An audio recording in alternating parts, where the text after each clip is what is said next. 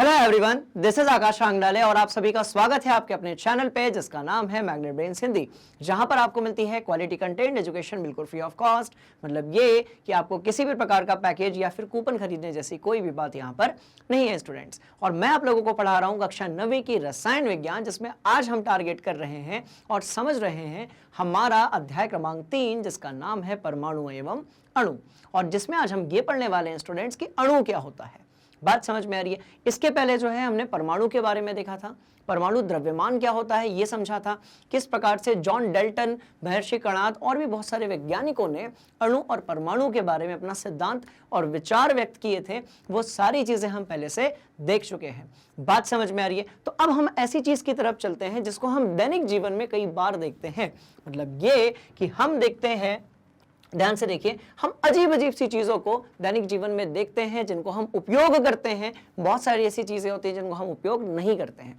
ठीक है, तो कुछ एक एग्जांपल ले लेते हैं, उससे बड़े जल्दी जो है ये समझ में आ जाएगा। अब स्टूडेंट्स, मैं यहां पर लिख रहा हूं भाई जल, मैंने यहां पर लिखा जल। ठीक है, फिर मैंने यहां पर लिखा नमक। ठीक है, मैंने यहां पर लिखा नमक, फिर मैंने यहां पर लिखा अम्ल, फिर मैंने यहां पर लिखा अम्ल। अच्छा, फिर मैंने लिखा दूध, कुछ इसी तरीके से मैंने लिखा लोहा, कुछ इसी तरीके से हमने लिखा ऑक्सीजन गैस, कुछ ऐसे ही हमने लिखा नाइट्रोजन गैस, कुछ इसी तरीके से हमने लिखा कार्बन डाइऑक्साइड गैस। तो ये वो सारी चीजें हैं जिसको आप बचपन से पढ़ते और सुनते आ रहे हैं। पर सवाल पैदा होता है कि सर, कार्बन डाइऑक्साइड में एक कार्बन और 2 ऑक्सीजन ही क्यों है? कुछ इसी तरीके से आप नाइट्रोजन को N2 के रूप में क्यों लिखते हैं? कुछ इसी तरीके से आपका जो जल है जो कि जीवन है, उसका रासायनिक सूत्र जो होता है वो H2O होता है। तो इन सब की कहानी क्या है?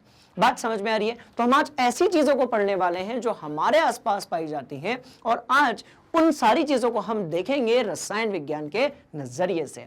बात समझ में आ रही है? तो उसके लिए करेंगे क्या? सबसे पहले हम ये देख लेंगे कि हमारा जो आज का सिलेबस है और टारगेट है वो क्या है। ध्यान से देख लीजिए। तो ये जो है अभी कहानी चल रही है अध्याय क्रमांक 3 की, ठीक, जिसमें अभी तक हमने कौन सी चीजें पढ़ी थी? हमने पढ़ा था पदार्थ कैसे बना, द्रव्यमान के संरक्षण का नियम क्या है। मैं ये सारी चीजें आज आप लोगों के दिमाग में कनेक्ट करने वाला हूं, पर उसके लिए पहले हमें थोड़ा सा समय में पीछे जाना पड़ेगा और समझना पड़ेगा कि हमने कौन सी चीजें जो है वो कवर कर ली है। तो हमने देखा था स्टूडेंट्स, पदार्थ कैसे बनते हैं, द्रव्यमान के संरक्षण का नियम क्या है, स्थिर अनुपात का नियम क्या है, जॉन डाल्टन का जो आपके सिद्धांत था वो क्या है, और परमाणु क्या होता है। तो परमाणु जैसी चीज जिसको हम परम अणु कह सकते हैं वो हमने पढ़ लिया है। तो कहीं ना कहीं आपके दिमाग में चल रहा होगा कि हाँ सर, जो परमाणु है उसका अणु के साथ कोई ना कोई कनेक्शन तो पक्का है।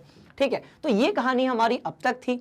आज हम किन चीजों को कवर करेंगे? तो हम आगे बढ़ते हैं और देखते हैं कि अणु क्या है, और यदि अणु है तो इसका तत्व के साथ क्या कनेक्शन है, क्या तत्वों के अणु होते हैं, यौगिक क्या होता है, यौगिकों के क्या अणु होते हैं, और आयन क्या होता है। ये जो आयन होता है ये तत्व और यौगिकों के साथ किस तरीके से कनेक्टेड है। तो यही है हमारा आज का टारगेट। तो स्टूडेंट्स, यही है हमारा आज का टारगेट। बात समझ में आ गई? तो बड़ी सिंपल सी स्टोरी है, बस आप बने रहिए मैग्नेट ब्रेन्स हिंदी के साथ में। मैं सारे कॉन्सेप्ट्स आज फिट करने वाला हूं आपके दिमाग के अंदर। अच्छा, और भी बहुत सारी चीजें हैं, आगे हम और भी बहुत सारी चीजें पढ़ेंगे, जैसे रासायनिक सूत्र कैसे लिखते हैं, आणविक द्रव्यमान क्या है और मूल संकल्पना क्या है। तो स्टूडेंट्स, क्योंकि हम कॉन्सेप्ट वीडियोस बना रहे हैं, इसलिए हम एक साथ जो है सारे चैप्टर को पूरा का पूरा जो चैप्टर है उसको एक साथ नहीं पढ़ा रहे हैं, टॉपिक वाइज, पहला टॉपिक, दूसरा, तीसरा, चौथा, पांचवा, छठवा, ऐसे बना रहे हैं। तो हमें यह पता होना चाहिए कि हम कौन से टॉपिक्स को कवर कर चुके हैं, और हमें यह भी पता होना चाहिए कि कौन से जो टॉपिक्स हैं वो बाद में हम पढ़ने वाले हैं।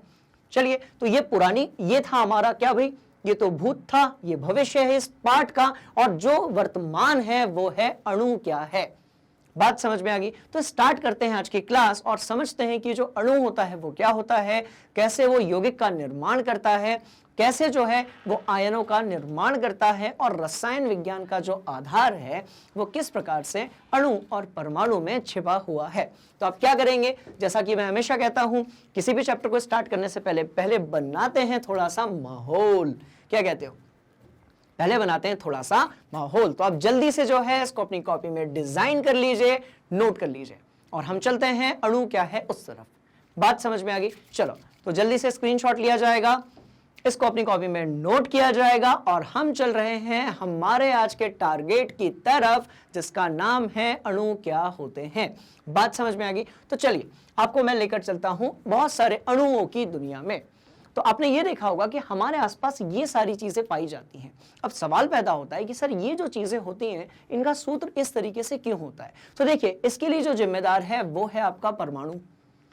अणु बनने के लिए जो जिम्मेदार जो आपका कण है वो क्या है? आपका परमाणु। तो हमने कल ये देखा था, हमने लास्ट क्लास में ये देखा था कि जो परमाणु होता है वो क्या होता है भाई? वो इलेक्ट्रॉन, प्रोटॉन, न्यूट्रॉन से मिलकर एक ऐसा कण होता है जो कि बड़ा इकाई और मूलभूत कण होता है किसी भी पदार्थ का। तो परमाणु क्या होते हैं? आपस में जब जुड़ना शुरू कर देते हैं, परमाणु जब आपस में जुड़ना शुरू कर देते हैं तो वो निर्माण करते हैं किसका? वो निर्माण करते हैं अणुओं का।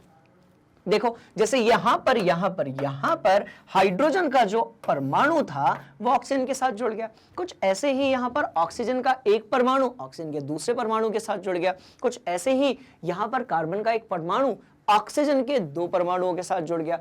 इसका मतलब क्या हुआ कि जब परमाणु और परमाणु आपस में जुड़ जाते हैं तो किस चीज का निर्माण होता है? अणु का निर्माण होता है। तो सबसे पहली चीज तो हमने ये देख ली कि जब परमाणु आपस में जुड़ने लगते हैं एक निश्चित अनुपात में तो किस चीज का निर्माण होता है भाई? अणु का निर्माण होता है। तो सबसे पहले हम परिभाषा देखेंगे, उदाहरण देखेंगे और प्रकार देखेंगे किसके? अणु के। बात समझ में आ गई? तो आप क्या करेंगे, जल्दी से अपनी कॉपी में रंग बिरंगा ऐसे बना लेंगे। और जैसा कि मैं हमेशा कहता हूं कि भैया 2-3 कलर के पेन लेकर बैठिए केमिस्ट्री की क्लास में, क्योंकि यहां पर करना क्या है? रंग, अभी रसायनों की होली खेलनी है हम लोगों को। बात समझ में आ रही है? बहुत ही रंग बिरंगी दुनिया है रसायन विज्ञान की। तो इस तरीके से तो क्या करेंगे? सबसे पहले तो ये सारे उदाहरणों को आप अपनी कॉपी में नोट करेंगे, क्योंकि इन सब में छुपे हुए हैं अलग अलग प्रकार के अणु। चलो, कर लिया? पक्का जी? चलिए, तो अब सबसे पहले परिभाषा देखते हैं किसकी। तो भाई अणु क्या है? तो अणु क्या है? एक समान, एक समान, ध्यान से देखिएगा, एक समान या अलग अलग, एक समान या अलग अलग प्रकार के, एक समान या अलग अलग प्रकार के परमाणु, एक समान या अलग अलग प्रकार के परमाणुओं का, एक समान एक जैसे परमाणु भी हो सकते हैं और अलग अलग प्रकार के परमाणु भी हो सकते हैं। तो एक समान या अलग अलग प्रकार के परमाणुओं का संयोजन,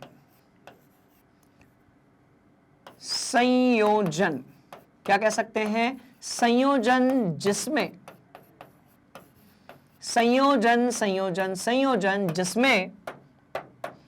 जिसमें परमाणुओं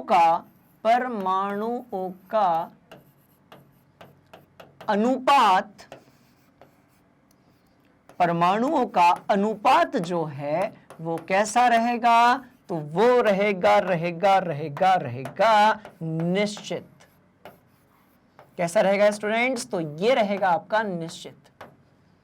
इसीलिए आपको क्लिक हो रहा होगा कि अणु पढ़ने से पहले आपको पढ़ा दिया गया है परमाणु। हमने अलग अलग प्रकार के तत्वों के परमाणु देखे थे, जैसे कि हाइड्रोजन, ऑक्सीजन। याद करो, जॉन डाल्टन ने अलग अलग प्रकार के चिन्ह से सबको प्रदर्शित किया था। बात समझ में आ रही है? तो अभी यदि हमें अणु समझना है तो उसके लिए हमने क्या पढ़ा था? पहले परमाणु को पढ़ा था। यदि आपने वो वीडियो या वो क्लास नहीं अटेंड की है तो आप पहले परमाणु वाली जो क्लास है, इसके पहले वाली, ठीक है, उसको आप देख लीजिए। यदि वो आपने देख लिया है तो खेल यहां पर आपके सामने है, सब कुछ आसानी से कनेक्ट हो जाएगा। देखो, ये देखो, तो ये क्या हो गई भाई? आपकी परिभाषा हो गई। तो कहने का मतलब ये है स्टूडेंट्स कि एक समान या अलग अलग प्रकार के परमाणुओं का जो संयोजन है, जिसमें परमाणुओं का जो अनुपात है वो कैसा रहता है? फिक्स्ड रहता है, निश्चित रहता है, उसको हम बोलते हैं क्या? अणु। बात समझ में आ रही है? और ये जो अणु होते हैं ये दो प्रकार से हो सकते हैं भाई। कैसे दो प्रकार से हो सकते हैं? तो सिंपल सी कहानी है, या तो एक समान परमाणु से मिलकर बने या फिर अलग अलग प्रकार के परमाणु से मिलकर बने। बात समझ में आ रही है? तो जो अणु हो सकता है वो एक प्रकार के परमाणु से मिलकर बना हुआ अणु हो सकता है, या फिर अलग अलग प्रकार के परमाणुओं से मिलकर बना हुआ अणु हो सकता है। तो एक काम करते हैं, उदाहरण लेते हैं। कैसे उदाहरण लेंगे? तो ऐसे उदाहरण लेंगे। ये लो H2 लिखा हुआ है। अब इसमें कितने हैं भाई? 2 परमाणु हैं। किसके हैं? हाइड्रोजन के हैं। तो क्या होगा? एक समान परमाणुओं से मिलकर बना है आपका H2। कुछ इसी तरीके से स्टूडेंट्स हम बात करें O2 की, या फिर हम बात करें P4 की, या फिर हम बात करें S8 की, या फिर हम बात करें N2 की, तो ये ऐसे अणु हैं जो एक प्रकार के किससे मिलकर बने हुए हैं? तो किससे मिलकर बने हुए हैं भाई? परमाणुओं से मिलकर बने हुए हैं। अब सवाल पैदा होता है कि सर ये दूसरा वाला भी तो बताइए, ऐसे थोड़ी होता है, एक साइड का बता दिया आपने, तो दूसरे वाले में क्या करेंगे? अब जैसे मैंने लिखा CH4 यानी कि मीथेन, जैसे मैंने लिखा जल का एक अणु जिसको हम बोलते हैं H2O, जैसे मैंने लिखा खाने वाले नमक का एक अणु NaCl, कुछ ऐसे ही हमने लिख दिया CaCO3, मतलब जिसमें कैल्शियम कार्बन ऑक्सीजन तीन परमाणु हो गए। तो अब यहां पर ध्यान से देखेंगे कि अलग अलग प्रकार के परमाणु मिलकर कुछ अणुओं का निर्माण कर रहे हैं। सवाल पैदा होता है सर परिभाषा देख ली, सवाल पैदा होता है सर परिभाषा भी देख ली। अच्छा, परिभाषा के साथ साथ हमने 2 प्रकार के देख लिए। तो अब ध्यान से देखिएगा, 2 प्रकार के जो अणु हमने देखे हैं, यदि एक समान परमाणुओं से मिलकर अणु का निर्माण हुआ है तो ऐसे अणुओं को हम कहते हैं तत्वों के अणु। तो इसको हम क्या कहते हैं? तत्वों के अणु। बात समझ में आ रही है? तो ये होगा स्टूडेंट्स तत्वों के अणु, और ये क्या होंगे? क्या होंगे? क्या होंगे? यौगिकों के अणु। बात समझ में आ गई? तो एक तरफ हो गए आपके तत्वों के अणु और एक तरफ हो गए आपके यौगिकों के अणु। बात समझ में आ गई? इसको बढ़िया तरीके से अपनी कॉपी में नोट कर लो। ठीक, चलो। तो क्या सीखा पहले आप नोट कर लीजिए, उसके बाद एक बार फिर से रिकॉल करते हैं ताकि क्लास में ही सारे कॉन्सेप्ट्स आपके दिमाग के अंदर सेट हो जाएं, फिट हो जाएं, और सारा जो चीज है आपको बढ़िया तरीके से समझ में आ जाए। नोट कर लो। कर लिया? अब देखो, अब देखो, अब देखो, अब देखो।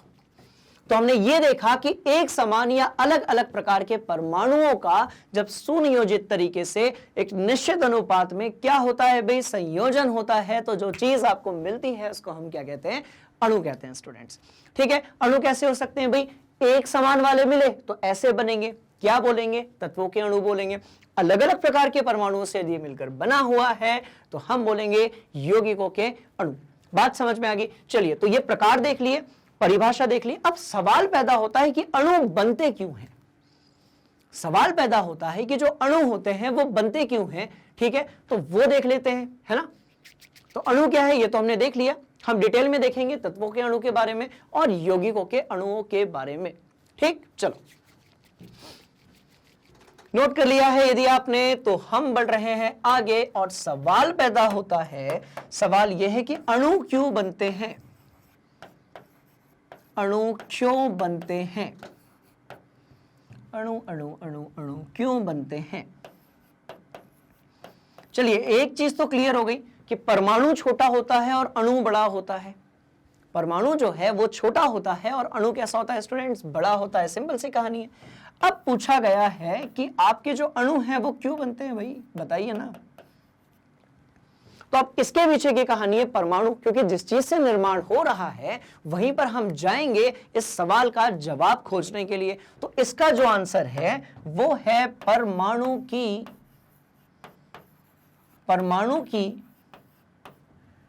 अष्टक, परमाणु की अष्टक पूर्ण करने की प्रवृत्ति, क्या कह सकते हो आप, या आदत, या गुणधर्म, या फिर कह सकते हो आप गुणधर्म। अब सवाल पैदा होता है सर अब तो हो जा रहा है सब कुछ ऊपर से, अब ये अष्टक कहां से आ गया? हमने तो जो अष्टक है वो कहां पर सुना था भाई? वो न्यूलैंड का अष्टक सुना था हम लोगों ने एक आवर्त सारणी में, पर ये अष्टक कौन सा आ गया? क्या हुआ यहां पर? ये अष्टक का मतलब क्या है? बात समझ में आ रही है? तो ये सब की जो कहानी है वो कहां पर छिपी हुई है? ये छिपी हुई है आपके इलेक्ट्रॉनिक विन्यास में। ये किस में छुपी हुई है स्टूडेंट्स? इलेक्ट्रॉनिक विन्यास में। आप बस ये समझ लीजिए कि जो परमाणु होता है वो अपना क्या कंप्लीट करना चाहता है भाई? अष्टक पूरा करना चाहता है। अब यदि वो अष्टक पूरा करना चाहेगा तो वो क्या बनाएगा? तो वो क्या करेगा? वो आपस में आबंधन करेगा और किस चीज का निर्माण करेगा? अणु का करेगा। और हमने ये देखा है कि जो अणु होते हैं वो कितने प्रकार के होते हैं? तो दो प्रकार के होते हैं। एक तो तत्वों के होते हैं, एक तो तत्वों के होते हैं और एक जो है आपके यौगिकों के होते हैं।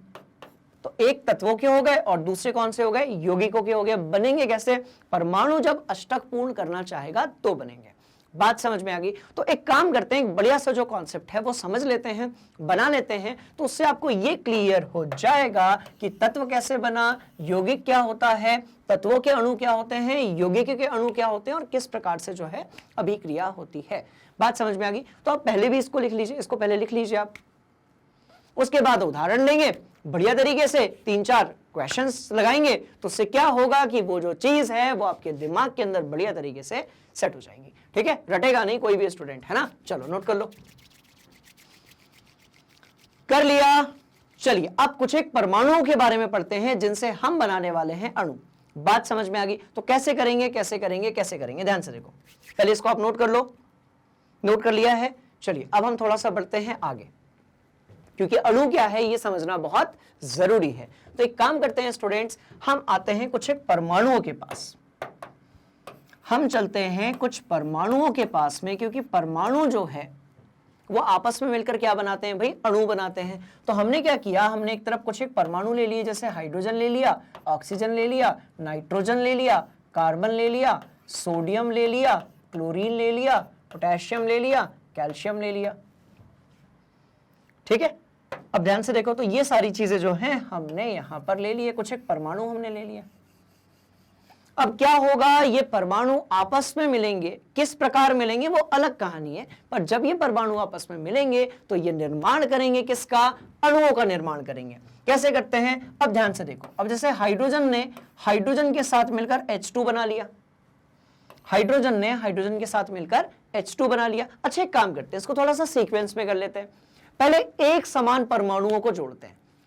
पहले क्या करते हैं स्टूडेंट्स? एक समान परमाणुओं को जोड़ते हैं, एक समान परमाणुओं को जोड़ते हैं, जोड़ते हैं, जोड़ते हैं। चलिए, तो तत्वों के अणु को हम समझ लेते हैं और एक समान परमाणुओं को हम जोड़ते हैं।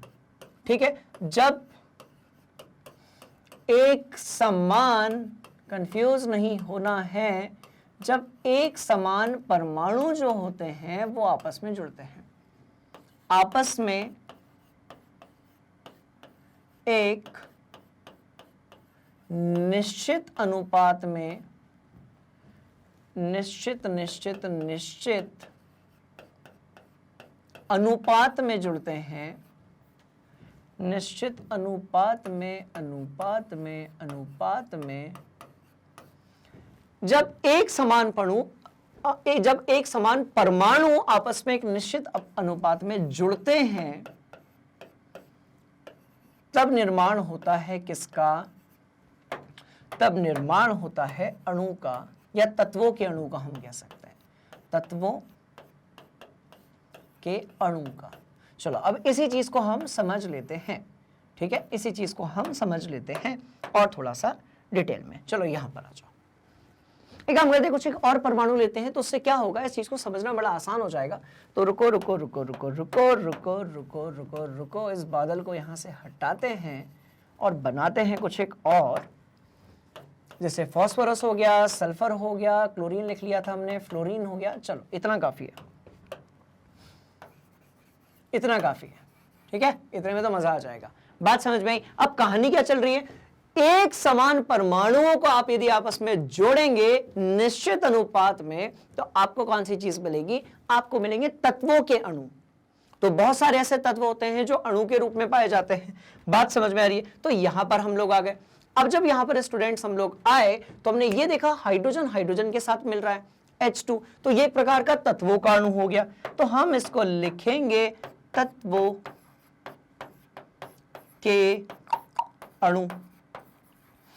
अब हाइड्रोजन हाइड्रोजन के साथ जुड़ गया, अब देखो कहीं और है क्या ऑप्शन, तो भाई ऑक्सीजन जो था वो ऑक्सीजन के साथ जुड़कर O2 बना लिया। कुछ ऐसे ही आपका फास्फोरस जो था उसने फास्फोरस के साथ मिलकर P4 बना लिया। सल्फर जो था उसका एक परमाणु अपने ही जैसे 6 या 8 परमाणुओं के साथ मिलकर बनाता है S8 या फिर S6। अब कुछ बच्चे बोलेंगे सर फ्लोरीन और क्लोरीन का भी बताइए। बिल्कुल बताएंगे बेटा। तो क्लोरीन का Cl2 हो गया और जो फ्लोरीन था उसका कितना हो गया भाई F2 हो गया। तो देखो एक समान परमाणुओं ने मिलकर क्या बनाया, अलग अलग तत्वों के अणु बनाए। इसलिए जब कभी भी बात की जाती है कि वातावरण में ऑक्सीजन किस रूप में पाई जाती है, तो ऑक्सीजन के लिए हम O नहीं लिखते हैं स्टूडेंट्स, उसके लिए हम क्या लिखते हैं, O2 लिखते हैं। हाइड्रोजन के लिए हम क्या लिखते हैं भाई, H2 लिखते हैं। फास्फोरस के लिए क्या लिखते हैं, तो P4 लिखते हैं। क्लोरीन के लिए क्या लिखते हैं, तो Cl2 लिखते हैं। सल्फर के लिए क्या लिखते हैं, तो सल्फर का जो एक अणु होता है उसके अंदर उसके कितने परमाणु होते हैं, 8 परमाणु होते हैं। कितने होते हैं भाई, 8 परमाणु। 6 अब S6 जो होता है सल्फर का उसमें कितने होते हैं, तो 6 परमाणु होते हैं। कुछ इसी तरीके से आपका जो फ्लोरीन है उसके एक अणु में कितने परमाणु होंगे, तो 2 होंगे स्टूडेंट्स। बात समझ में आ रही है। तो अभी मैं एक समान परमाणुओं को आपस में जोड़कर बना रहा हूं तत्वों के क्या, अणु। बात समझ में आ गई। तो अब इसको आप क्या बोलोगे, तो इसको आप बोलोगे द्विपरमाणविक।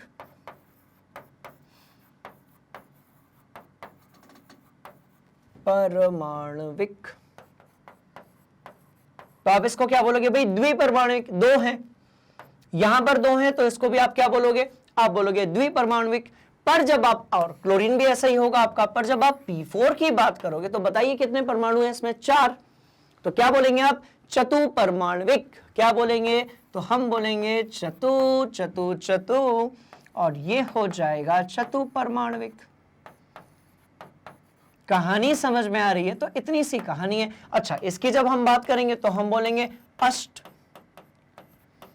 परमाणविक। बात समझ में आ रही है। कुछ इसी तरीके से हम इसकी बात करेंगे तो ये हो जाएगा आपका षट परमाणविक, क्योंकि षट यानी 6 होता है। कुछ इसी तरीके से ये कैसा हो जाएगा भाई, तो द्विपरमाणविक हो जाएगा। तो ये हो जाएगा आपका द्विपरमाणविक। तो कहानी बड़ी सिंपल सी है कि सर जब परमाणु आपस में मिलेंगे, एक समान आपस में परमाणु मिलेंगे, एक समान, जब एक समान परमाणु आपस में मिलेंगे स्टूडेंट्स, तो किस चीज का निर्माण करेंगे, तत्वों के अणुओं का निर्माण करेंगे। जब एक समान परमाणु आपस में मिलेंगे तो वो किस चीज का निर्माण करेंगे, तत्वों के अणुओं का निर्माण करेंगे। कहानी समझ में आ गई, बड़ी सिंपल है। तो आप याद रखिएगा, हाइड्रोजन को H2 लिखते हैं, ऑक्सीजन को O2 लिखते हैं, फास्फोरस को हमेशा P4 लिखा जाएगा, सल्फर जो रहेगा उसको S8 S6 लिखा जाएगा, क्लोरीन को Cl2 और फ्लोरीन को F2 लिखा जाएगा। यहां तक की कहानी यदि आपको क्लियर है तो हम बढ़ते हैं आगे। अब सवाल पैदा होता है, सर आपने कार्बन, सोडियम और पोटेशियम के बारे में तो बात ही नहीं की, आपने लिख तो दिया, ये तो नाइंसाफी विचारों के साथ में। तो स्टूडेंट्स क्या होता है कि आपका जो कार्बन रहेगा वो सिर्फ ऐसे ही लिखा जाता है, यानी कि एक परमाणविक। तो कार्बन का जो अणु है वो कैसा होगा, एकल परमाणविक होगा। ऐसा क्यों होता है, इसके पीछे की भी जो कहानी है वो छुपी हुई है अष्टक के नियम में। पर अष्टक के नियम को इस चैप्टर में हम पूरा कवर नहीं करेंगे, उसको हम पढ़ने वाले हैं परमाणु की संरचना में, क्योंकि बहुत ज्यादा डीप हो जाएगा। वैसे ही ये चैप्टर बहुत बड़ा है स्टूडेंट्स। बात समझ में आ रही है। तो जब तक हमारा इसके बाद वाला चैप्टर परमाणु की संरचना पूरा नहीं हो जाता है, आप ये जाने कि जो यौगिक होते हैं या अणु होते हैं उसका निर्माण ही होता है अष्टक पूर्ण करने के चक्कर में, या फिर केमिस्ट्री में कहीं पर भी रिएक्शन हो रही है तो इसके पीछे भी कारण है अष्टक का पूर्ण होना। ठीक है, चलो आगे बढ़ेंगे। अब सोडियम जो है उसका भी आपका एकल परमाणु होता है, पोटेशियम जो है इसका भी आपका एकल परमाणु होता है, कैल्शियम जो है इसका भी आपका एकल परमाणु ही होता है। बात समझ में आ गई। तो इसको आप बढ़िया तरीके से सीक्वेंस में अपनी कॉपी में नोट कर लीजिए कि कुछ ऐसे तत्व होते हैं जिनका एकल परमाणु होता है, कुछ ऐसे तत्व होते हैं जिनका द्विपरमाणु होता है, कुछ ऐसे तत्व होते हैं जिनका कैसा होता है भाई, चतुपरमाणु होता है, कुछ ऐसे होते हैं जिनका कैसा होता है, अष्ट और षट परमाणु होता है। बात समझ में आ गई। तो आपके ये तो समझ में आ गया होगा कि परमाणु, एक समान परमाणु जब आपस में मिलते हैं तो वो निर्माण करते हैं तत्वों के अणु का। इतनी सी कहानी है। बात समझ में आई? कुछ एकल होते हैं, कुछ द्वि होते हैं, कुछ चतु होते हैं, कुछ अष्ट होते हैं। क्लियर? और ऐसा ये क्यों करते हैं, तो इसके पीछे की कहानी है अष्टक के नियम में, संयोजकता में। तो उसको फिलहाल में हम नहीं करेंगे, क्योंकि हम उसकी बात करने वाले हैं इसके बाद वाले चैप्टर में। बात समझ में आ गई? चलो इसको नोट कर लो। कर लिया? अब थोड़ा सा ऑर्गेनाइज तरीके से कर लेते हैं, सीक्वेंस में कर लेते हैं, कर लेते हैं, कर लेते हैं। तो हम बात कर रहे हैं किसकी? तत्वों के अणु की। और तत्वों का जो अणु है वो कैसे बना हुआ है? तो ये कैसे बना है स्टूडेंट्स? एक समान एक प्रकार के परमाणु से मिलकर, एक समान और एक प्रकार के परमाणु से मिलकर ये बना हुआ है। बात समझ में आ गई? चलो जल्दी से बना लेते हैं, बहुत ही सिंपल सी कहानी जो है। बात समझ में आ गई? चलो देखो, ये देखो अभी आएगा मजा, ये देखो अभी आएगा मजा भयंकर वाला, ये देखो। बात समझ में आई? अब ध्यान से देखना मैं क्या लिखने जा रहा हूं। मैं लिखने जा रहा हूं कुछ ऐसे परमाणु के बारे में, कुछ ऐसे अणुओं के बारे में जो दो परमाणु से मिलकर बने हैं। जैसे कि ये सभी, ध्यान से देख लीजिए, ध्यान से देख लीजिए, ध्यान से देख लीजिए, किसी भी अवस्था में ये पाए जा सकते हैं। कुछ बचा तो नहीं? एस्टेटाइन 82। चलो बात समझ में आ गई? तो इस तरीके से हमने देखा द्विपरमाणु वाले अणु, द्वीप हो, तो ये हो जाएगा द्विपरमाणविक अणु। तो ये हो गया हमारा द्विपरमाणविक अणु। अब बात कर लेते हैं किसकी? भाई जितनी भी धातुएं हैं उनकी बात कर लेते हैं। तो धातु में जैसे हम गए तो हमने देखा कैल्शियम, उसके बाद हमारा आयरन, उसके बाद हमारा सोडियम, फिर पोटेशियम भी है, मैग्नीशियम भी है, क्रोमियम भी है, यूरेनियम भी है, और भी बहुत सारी चीजें हैं। कोबाल्ट हो गया, निकल हो गया, और भी बहुत सारी चीजें हो गई स्टूडेंट्स। तो क्या होता है कि जो धातुएं होती हैं, जितनी भी धातुएं होती हैं वो कैसी होती हैं? एकल परमाणविक होती है। एकल एकल एकल परमाणविक होती हैं। बात समझ में आई? तो धातुएं कैसी होती हैं? एकल परमाणविक होती है ना? अच्छा, इसमें कुछ अधातु भी आ जाती है, जैसे कि आपका, तो उसको दूसरे रंग से लिख देते हैं हम, जैसे कि आपका कार्बन हो गया, और भी बहुत सारी चीजें हैं, जैसे कि आपकी सभी क्या आ गई भाई, जैसे कि आपकी एक नोबल गैस आ गई, नियॉन हो गया, हीलियम हो गया। तो जरूरी नहीं कि पूरी धातुएं होंगी, बहुत सारी अधातु जो हैं वो भी क्या होती हैं? एकल परमाणविक होती हैं। बात समझ में आ रही है? चलो पहले इतना नोट करो, इसके बाद हम चलते हैं बहुपरमाणविक अणुओं की तरफ, है ना? तो आप इसको नोट करो। तो स्टूडेंट्स, परमाणविक अणु हो गया, एकल परमाणविक अणु हो गया। अब चलते हैं बहुपरमाणविक अणु की तरफ। और क्या होगा, क्या होगा, क्या होगा? तो बहुपरमाणविक, तो अब बात कर रहे हैं बहुपरमाणविक अणु के बारे में। तो कौन से ऐसे हैं? तो देखिए बहुत ज्यादा तो नहीं है, पर जैसे आपका फास्फोरस है P4, जैसे आपका सल्फर है S6, जैसे आपका सल्फर है S8। तो इसमें क्या है कि जो एक ही अणु है वो बहुत सारे उसी के एक समान परमाणुओं से मिलकर बना है। बात समझ में आ गई? तो जैसे धातुएं होती हैं, देखो कंफ्यूज नहीं होना है, धातुएं कैसी होती हैं भाई? तो धातुएं सभी एकल परमाणु होती हैं। कुछ ऐसे ही जो हमारी आदर्श गैसें होती हैं, कुछ ऐसे ही हमारी आदर्श गैसें होती हैं। तो आदर्श गैस जो होती है स्टूडेंट्स, वो भी क्या होती है? तो वो भी एकल परमाणविक होती है। जैसे कि कार्बन है, तो कार्बन कैसा होगा आपका? एकल परमाणविक होगा। कुछ और यदि हम बनाना चाहें तो वो भी हम बना लेते हैं, ध्यान से देख लो। चलो यहां पर कुछ और चीजों को मैं ऐड कर देता हूं, ठीक है? जैसे कि आपका सिलिकॉन हो गया, जर्मेनियम हो गया, गैलियम हो गया, एल्यूमिनियम हो गया। बात समझ में आ रही है? ऐसे ही आपका बोरॉन हो गया। तो कहने का मतलब ये है कि बहुत सारे ऐसे अणु होते हैं जो एकल परमाणविक होते हैं, बहुत सारे ऐसे अणु होते हैं जो एकल परमाणविक होते हैं, और बहुत सारे ऐसे अणु होते हैं जो द्विपरमाणविक होते हैं। सिंपल सी कहानी है। कुछ ऐसे भी होते हैं जो बहुपरमाणविक होते हैं। तो बेसिकली हमने ये सीखा कि जो तत्व होते हैं उनके अणु क्या होते हैं, तत्वों के अणु। तो एक समान परमाणु से मिलकर बने अणु, मिलकर बने अणु।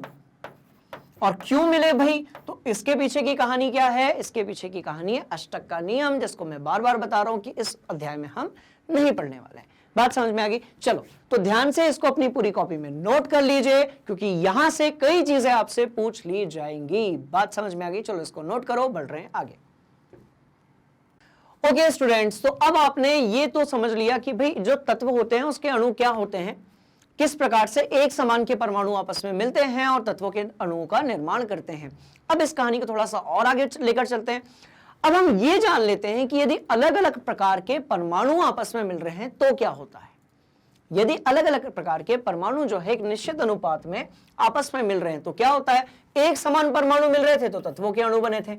ठीक है, तो एक काम करते हैं, अब ये समझ लेते हैं कि अलग अलग प्रकार के परमाणु यदि आपस में मिल रहे हैं तो क्या होता है। तो तब निर्माण होता है यौगिकों का। तब किसका निर्माण होता है? यौगिकों का। जो एक इकाई होती है उसको हम अणु कहते हैं। जब ऐसे ढेर सारे अणु आपस में मिल जाते हैं तो वो बन जाता है आपका यौगिक। तो क्या है कहानी, ध्यान से देखिएगा। जब अलग अलग, ध्यान से देखो, जब अलग अलग प्रकार के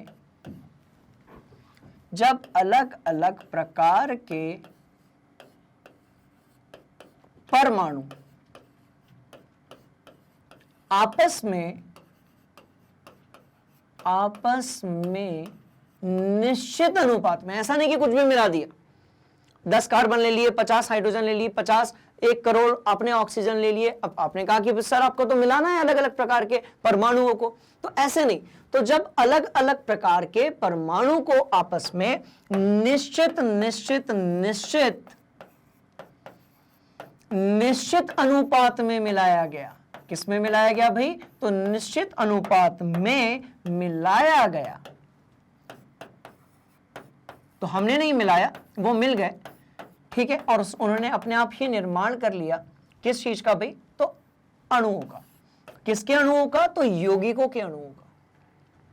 बात समझ में आ गई? तो इसको भी समझने की हम कोशिश करते हैं। बड़ी सिंपल सी स्टोरी है स्टूडेंट्स, है ना। ध्यान से देखिए क्या कहा गया है भाई। जब अलग अलग प्रकार के परमाणुओं को आपस में एक निश्चित अनुपात में मिलाया गया तो हमें जो चीज मिली उसको हमने कहा यौगिकों के अणु।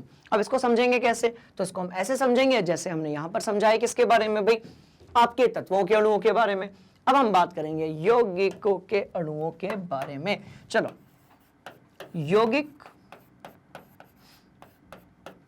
को के अणु, तो एक काम करते हैं, हम कुछ एक तत्व ले लेते हैं, जैसे हाइड्रोजन हो गया, कार्बन हो गया, उसके बाद कोबाल्ट हो गया, ऑक्सीजन हो गया, सोडियम हो गया, क्लोरीन हो गया, और क्या ले सकते हैं? तो स्टूडेंट्स हम ले सकते हैं, ऑक्सीजन ले लिया, हीलियम हो गया, और क्या हो गया भाई?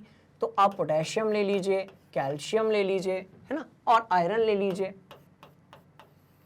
तो अब क्या करेंगे? अलग अलग प्रकार के जो परमाणु हैं उसको एक निश्चित अनुपात में हम मिलाने की कोशिश करेंगे, क्योंकि हमने निश्चित अनुपात का जो नियम है वो भी पढ़ लिया है। चलो अब क्या करते हैं, यहां से लेते हैं हाइड्रोजन, उसके लेते हैं 2 परमाणु, इधर से लेते हैं ऑक्सीजन, और दोनों को मिलाकर आपने एक अणु बनाया जो कि बना यौगिक का अणु। तो जल क्या है? तो ये बना जल। और यदि हम बोलेंगे तो जल क्या है स्टूडेंट्स? तो जल है आपका एक यौगिक। यौगिक जल क्या है? तो जल है एक प्रकार का यौगिक। तो हम इसको कैसे लिखेंगे? जल का अणु। तो कैसे लिखेंगे? जल का अणु। अब इसमें अंतर क्या है पुराने वाले से, तत्वों के अणु से? तो देखिए ध्यान से आप भाई, 2 हाइड्रोजन है, एक ऑक्सीजन है, 2 हाइड्रोजन है और एक क्या है स्टूडेंट्स? ऑक्सीजन है। बात समझ में आ गई? कुछ इसी तरीके से हमने क्या किया, हमने ले लिया कोबाल्ट, उसको मिला दिया क्लोरीन के साथ में, ये लो एक नया अणु मिल गया। कुछ इसी तरीके से हमने लिया कार्बन और उसको मिला दिया 4 हाइड्रोजन के साथ में, तो मीथेन बन गया। अब सवाल पैदा होता है कि सर वहां पर 4 ही हाइड्रोजन क्यों है, 6 क्यों नहीं है, या फिर 2 क्यों नहीं है? तो इसके लिए आपको मुझे लेकर चलना पड़ेगा कौन से वाले भाग में भाई, आयन कैसे बनते हैं और परमाणु किस तरीके से आबंधन करते हैं। तो वो अगली कहानी है, उसको फिलहाल में हम डिस्कस नहीं करेंगे, पर आप अपने दिमाग में जरूर फिट रखिएगा कि मैं आपको परमाणु की संरचना वाले अध्याय में वो चीज पढ़ाने वाला हूं। बात समझ में आ गई? चलो और देखते हैं। अब इसी तरीके से हमने मिलाया है, नाइट्रोजन है कहीं पर? नहीं है, ये बना देते हैं नाइट्रोजन। चलो, तो हाइड्रोजन और नाइट्रोजन से हमने मिलकर बनाया NH3, जैसे हम कहते हैं अमोनिया। कुछ ऐसे हमने सोडियम लिया और उसके साथ क्लोरीन मिला दिया, तो वो क्या बन गया भाई, NaCl बन गया। तो आप ध्यान से यदि देख रहे होंगे स्टूडेंट्स, तो बेटा ये पता चल रहा है कि आपके जब अलग अलग प्रकार के परमाणु आपस में मिलते हैं तब निर्माण होता है यौगिकों का। किसका निर्माण होता है? यौगिकों का। और उसकी जो एकल इकाई होती है उसको हम बोलते हैं यौगिकों के अणु। उसको हम क्या बोलते हैं? यौगिकों के अणु। तो ऐसे हमारे आसपास कई सारी चीजें हैं जो यौगिकों के अणु हैं, जैसे कि कैल्शियम कार्बोनेट, जैसे कि सोडियम क्लोराइड, जैसे कि हाइड्रोजन ऑक्साइड, जैसे कि कोबाल्ट क्लोराइड, अमोनिया, मीथेन, और भी बना सकते हैं जैसे कि सोडियम नाइट्रेट, जैसे कि कॉपर सल्फेट। तो आप ध्यान से देखेंगे कि कॉपर सल्फेट में आपके पास कॉपर है, सल्फर है और 4 ऑक्सीजन है। बात समझ में आ रही है? तो अलग अलग प्रकार के यदि आपके परमाणु आपस में मिलते हैं एक निश्चित अनुपात में, तो जिस सूत्र का, जिस पदार्थ का वो निर्माण करते हैं उसको हम कहते हैं यौगिकों के अणु। बात समझ में आ गई? तो तत्वों के अणु क्या है और यौगिकों के अणु क्या है, अब ये आपके समझ में आ गया होगा। पर उसको समझने के लिए हम फिर से क्या करते हैं भाई, दोनों को डिफरेंशिएट कर लेते हैं, बढ़िया से अंतर बना लेते हैं। क्या कहते हो? तो इसको पहले आप अपनी कॉपी में नोट कर लीजिए। परिभाषा आपके सामने हो चुकी है, उदाहरण हमने बहुत सारे देख लिए हैं। अब हम थोड़ा सा खेल खेलने वाले हैं तत्वों के अणुओं के बीच में और यौगिकों के अणुओं के बीच में। बात समझ में आ गई? चलो इसको नोट कर लो। कर लिया, कर लिया, कर लिया, कर लिया, कर लिया। चलो यहां पर चलते हैं स्टूडेंट्स। बात समझ में आ गई? चलो यहां पर चलते हैं और कुछ बढ़िया चीज जो है वो देखते हैं।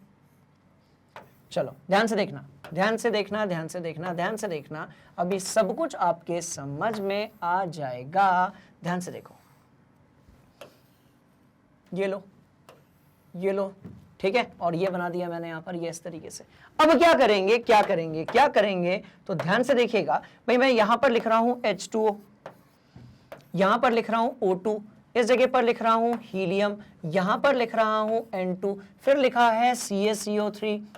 कहीं पर बात हो रही है नमक की, कहीं पर बात हो रही है मीथेन गैस की, कहीं पर बात हो रही है अमोनिया की, कहीं पर बात हो रही है हाइड्रोजन गैस की, ठीक है, कहीं पर बात हो रही है आपके फास्फोरस की, और कहीं पर बात हो रही है आपके, ये लो 2-3 और बना देते हैं। कॉन्सेप्ट पूरा यहीं पर बना लेंगे स्टूडेंट्स, ठीक है, ताकि आपको हमेशा के लिए वो चीज दिमाग के अंदर फिट हो जाए। अब आपने कहा S8, एक और बना लेते हैं CuSO4, CuSO4, एक और बड़ा सा बना लेते हैं, राइट, जैसे कि C6H6 बना लिया। रुको, इसको थोड़ा सा चेंज करते हैं, ग्लूकोज बनाते हैं, C6H12O6। बात समझ में आई? कुछ और बनाते हैं धमाकेदार, जैसे कि ये लो, जैसे कि ये लो। अब देखो जैसे आपने लिखा CH3, फिर आपने लिखा CH3, फिर आपने लिखा CH2 आएगा बीच में, CH2, फिर आपने लिखा CH2 और यहां पर लिख दिया COOH। तो अब आप ध्यान से देखेंगे कि यहां पर बहुत सारे अणु दिए हुए हैं स्टूडेंट्स। कुछ ऐसे हैं जो एक प्रकार के तत्व से मिलकर बने हैं, कुछ ऐसे हैं जो अलग अलग प्रकार के तत्व से मिलकर बने हैं, और उनकी लिमिट कुछ भी हो सकती है। जैसे ये देखो, तो ये क्या होगा, तत्व का अणु होगा या यौगिक का? तो ये किसका होगा भाई, तत्व का होगा। ये भी तत्व का होगा, कुछ ऐसे ही ये भी तत्व का होगा। एक समान यदि है तो किसका होगा, तो ये होगा आपके तत्व का। बात समझ में आ गई? पर यदि अलग अलग प्रकार से है तो फिर किसका होगा? जैसे अब ये आपके यौगिक का अणु होगा, यौगिक का अणु होगा, यौगिक यौगिक यौगिक यौगिक यौगिक का अणु होगा, क्योंकि इस अणु को बनाने वाले परमाणुओं की जो क्या है भाई, परमाणु की जो संख्या है वो भी भिन्न है और परमाणु का जो प्रकार है वो भी आपका भिन्न है। तो क्या कहानी समझ में आई? क्या आप सभी बढ़िया तरीके से ये सीख गए कि आपके जो परमाणु होते हैं यदि एक समान मिलाए जाएं तो तत्वों के अणु बनते हैं, जैसे कि ऑक्सीजन, हाइड्रोजन, फास्फोरस था, और अलग अलग प्रकार से मिलाए जाएं तो उससे क्या बनेंगे, यौगिक के अणु बनेंगे, जैसे कि आपका सोडियम क्लोराइड था, जैसे कि आपका मीथेन गैस थी, जैसे कि आपका वाटर था। बात समझ में आ रही है? आपने जल के अणु की बात की थी और ये भी जो है ये भी होगा आपके यौगिकों का एक अणु। क्लियर हो गया? पर देखो कितना बड़ा अणु है ना, ये देखो कितने बड़े अणु है ना, इन सब में आपको कार्बन दिख रहा होगा।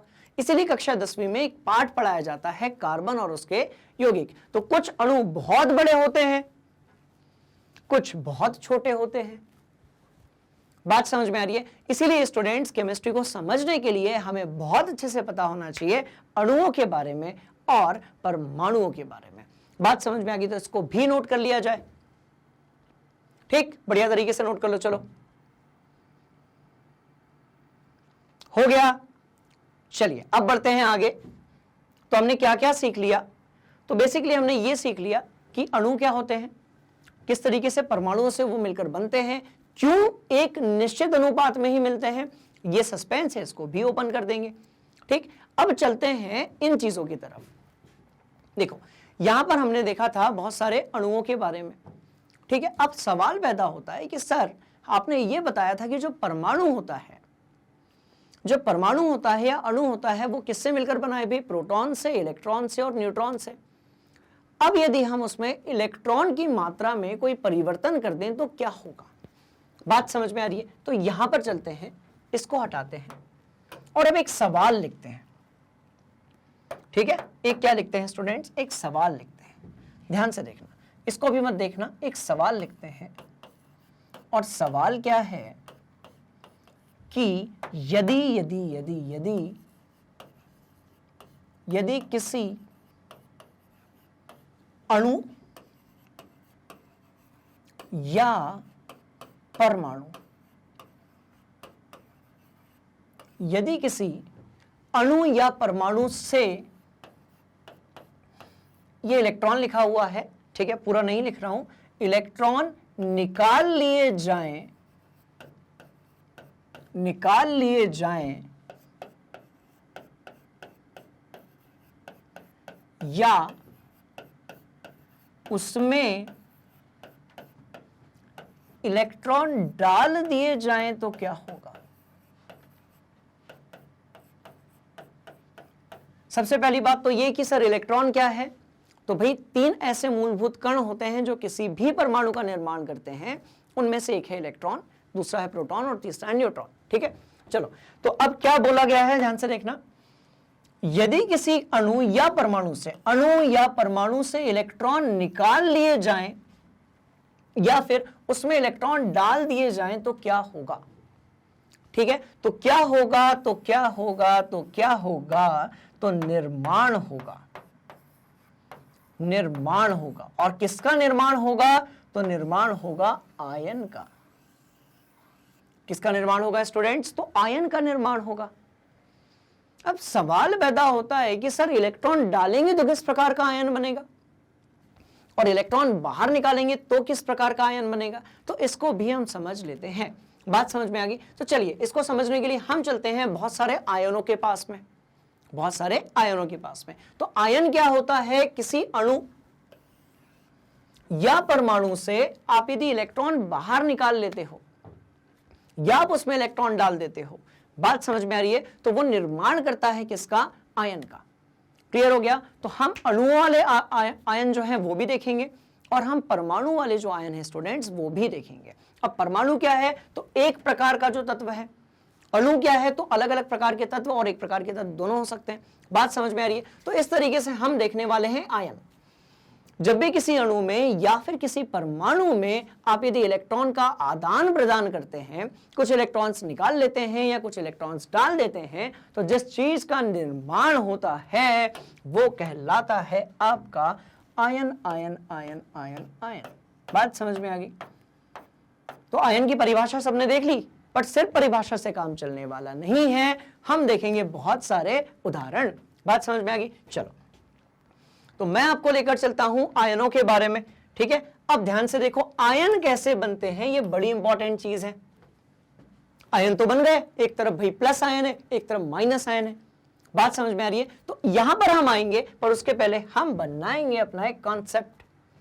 क्लियर हो गया? तो अब मैं आपको बताने वाला हूं कि आयन कैसे बनते हैं। क्लियर हो गया? चलो चलो चलो उदाहरण लिखेंगे। सबसे पहले तो भाई हम क्या करेंगे, हम यहां पर करेंगे विभाजन, ये लो, और यहां पर हम लिखेंगे, ठीक है, रुको, परमाणु के आयन, परमाणु के आयन, ठीक है, और यहां पर मैं लिखूंगा अणुओं के आयन। तो अणु के जो आयन होंगे वो कैसे होंगे वो भी समझ लेते हैं, है ना। इलेक्ट्रॉन निकालेंगे या इलेक्ट्रॉन डालेंगे तो इससे क्या होगा ये भी समझ लेते हैं। चलो ध्यान से देखो, एक मिनट इसको हटाते हैं यहां से, थोड़ा सा इस तरफ बनाते हैं क्योंकि हमें थोड़ा सा मजा तो आना ही चाहिए। बात समझ में आ गई? और देखो मजेदार होने वाली हैं चीजें, क्या कहते हो? ठीक है ना। देखो अभी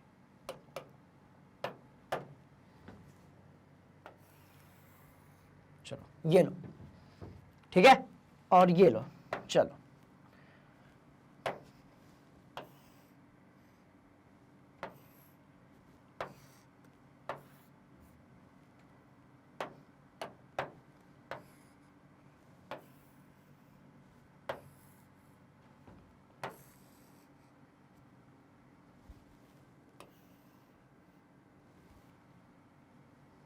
और बना दे, और बना देते हैं स्टूडेंट्स, ठीक है।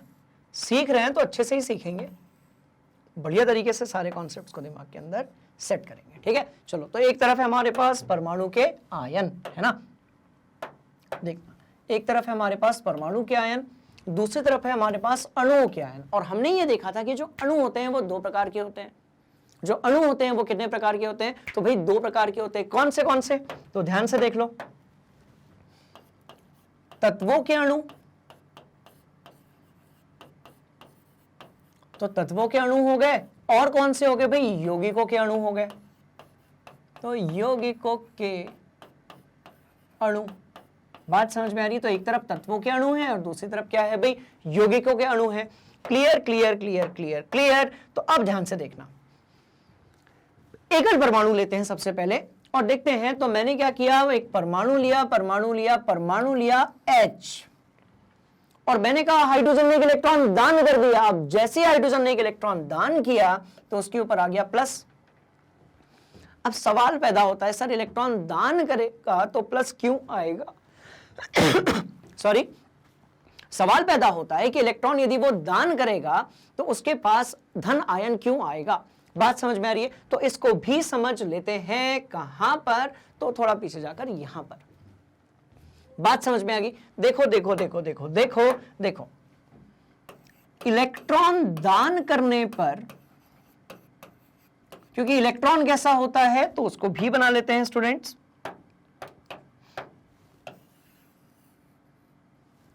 ध्यान से देखो, सिंपल सी कहानी है। Electron electron electron electron electron एक ऋण आवेश है। ऋण आवेशित इलेक्ट्रॉन एक ऋण आवेशित क्या है? कण है। इलेक्ट्रॉन क्या है स्टूडेंट्स? तो एक ऋण आवेशित कण है। प्रोटॉन जो है वो धनावेशित होता है, इलेक्ट्रॉन जो है वो ऋणावेशित होता है। कैसे पता चलेगा? परमाणु की संरचना में। एक्चुअली थोड़ा सा गड़बड़ हो गया। पहले जो चैप्टर था ना वो होना चाहिए था परमाणु की संरचना, और उसके बाद होना चाहिए था परमाणु एवं अणु। तो थोड़ा आगे पीछे हो गया, इसलिए जो है मुझे आपको बार बार ये बोलना पड़ रहा है कि इस चीज को हम पढ़ेंगे बट अगले वाले चैप्टर में। तो क्या है स्टूडेंट्स, ऑलरेडी हमने चौथा जो चैप्टर है उसका भी कॉन्सेप्ट वीडियो जो है वो क्रिएट कर दिया है। यदि आपने वो देख लिया है तो इस चैप्टर को समझने में आपको बड़ी ही आसानी होगी, है ना। चलो, तो इलेक्ट्रॉन दान करने पर, इलेक्ट्रॉन दान करने पर कौन सा आवेश आ जाता है? दोनों बना लेते हैं। ठीक है, ध्यान से देख लो। इलेक्ट्रॉन दान करने पर कौन सा आवेश आ जाता है? तो भाई इस पर आ जाता है धन आवेश। और इलेक्ट्रॉन लेने पर क्या आ जाता है? इलेक्ट्रॉन लेने पर, ग्रहण करने पर, इलेक्ट्रॉन लेने पर ये आवेश आ जाता है। आवेश यानी कि चार्ज, आवेश यानी कि चार्ज। बात समझ में आ रही है? तो आप सिर्फ इतना याद रख लीजिए कि किसी भी चीज से इलेक्ट्रॉन यदि दान किया तो उसके ऊपर धनावेश आ जाएगा।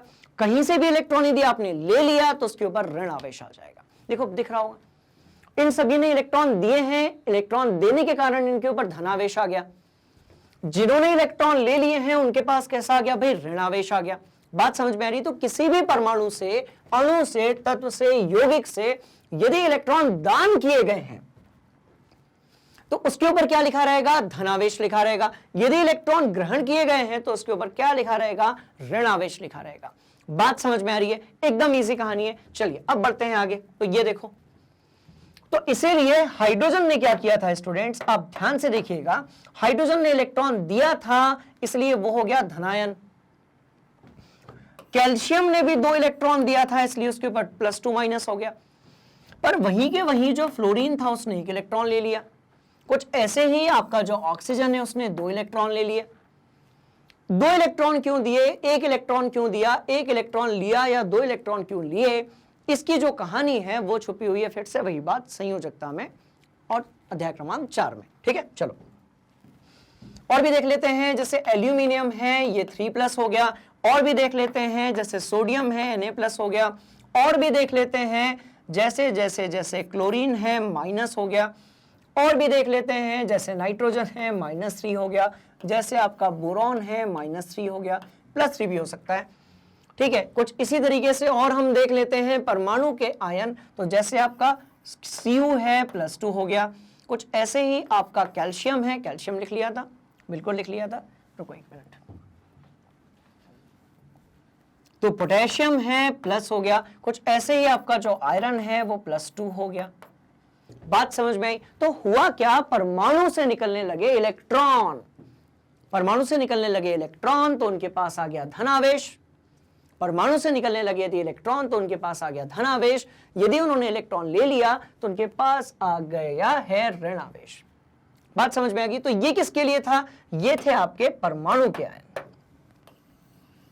ये किसके आयन थे स्टूडेंट्स? तो ये थे भाई आपके परमाणु के आयन। यहां पर अणु का कोई भी रोल नहीं है। पर यदि हम बात करें तत्वों के अणु के बारे में या फिर यदि हम बात करें यौगिकों के अणु के बारे में, क्योंकि भाई अणु कितने प्रकार के होते हैं? तो 2 प्रकार के। अणु जो है वो कितने प्रकार के? तो 2 प्रकार के, तत्व वाले और यौगिक वाले। कहानी क्लियर है? तो होगा क्या, होगा क्या, होगा क्या? ध्यान से देखिएगा। तत्वों के अणु कैसे होंगे और उनका आयन कैसे बनेगा? तो अणु के आयन बनाने के लिए मुझे किसी तत्व के अणु लेने पड़ेंगे। अब जैसे मैंने यहां लिया O2।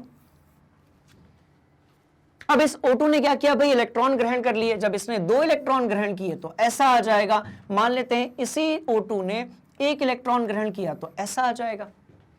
2 ऑक्सीजन है इसलिए आप उसको अणु बोल रहे हो।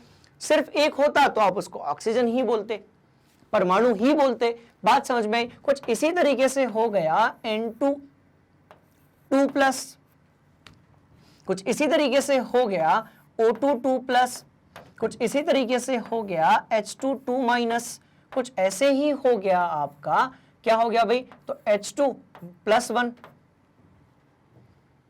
तो कहने का मतलब यह है कि दोनों प्रकार के आयन बन सकते हैं, धनात्मक भी बन सकते हैं स्टूडेंट्स और ऋणात्मक भी बन सकते हैं। पर कहानी क्या है कि जब इलेक्ट्रॉन वो ग्रहण करेगा तो ऋण आयन बनेगा, जब इलेक्ट्रॉन वो दान कर देगा तो धन आयन बनेगा।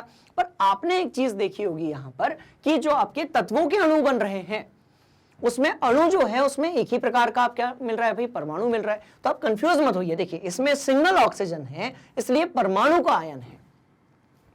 इसमें यहां पर 2 ऑक्सीजन है इसलिए ये क्या है आपका? ये आपके अणु के आयन है।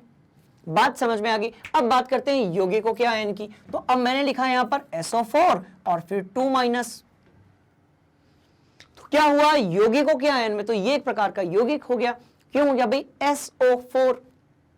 अलग अलग प्रकार के परमाणुओं से मिलकर बनी हुई चीज जिसमें उन परमाणुओं का जो अनुपात है वो नियत या निश्चित रहता है, उसको हम यौगिक कहते हैं। कुछ इसी तरीके से नाइट्रेट आयन, कुछ इसी तरीके से कार्बोनेट आयन, कुछ इसी तरीके से अमोनियम आयन, कुछ इसी तरीके से बाइकार्बोनेट आयन, कुछ इसी तरीके से हाइड्रो ऑक्साइड आयन, कुछ इसी तरीके से फॉस्फेट आएगा, फॉस्फेट आयन। तो बात समझ में आई। तो जो हमारे आयन हैं वो इस प्रकार से होते हैं पूरी केमिस्ट्री में। इनके अलावा किसी भी प्रकार के आयन जो हैं स्टूडेंट्स वो नहीं पाए जाते हैं। कहानी समझ में आ गई। तो तत्वों के अणु देख लिए, उनके आयन देख लिए, यौगिकों के अणुओं के आयन देख लिए, परमाणु के आयन देख लिए। एक बार बढ़िया से देख लो, कोई डाउट है तो पूछ लो कमेंट बॉक्स में।